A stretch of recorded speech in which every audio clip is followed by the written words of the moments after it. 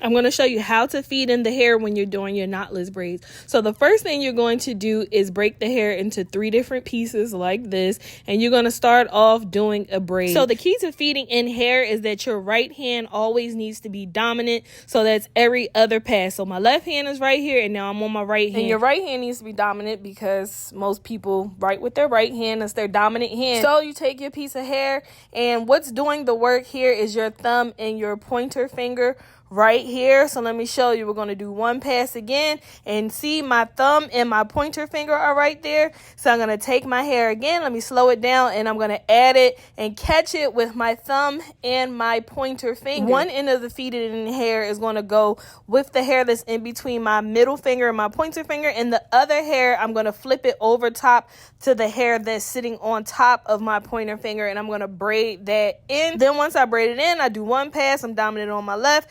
Now when I get dominant back on my right hand, I'm going to add my last piece of hair in like that. So I'm going to braid down a few passes before adding in my last piece of hair, but you're going to always see my right hand with my pointer and my thumb being the dominant fingers that's on there that's going to catch the hair when I add it in. So now that I'm braiding underneath, I still do the same thing. You see how I put that in there like that, and I just braid that through. So putting the hair in like that and not all just at the top, that ensures that the braid has even thickness throughout the braid. And if I wanted to add more hair, I would add it to make it longer, but I'm not making her braids real long braids. So 3 pieces of hair usually work for me when I'm feeding in hair. So save this video for the next time you're doing knotless braids.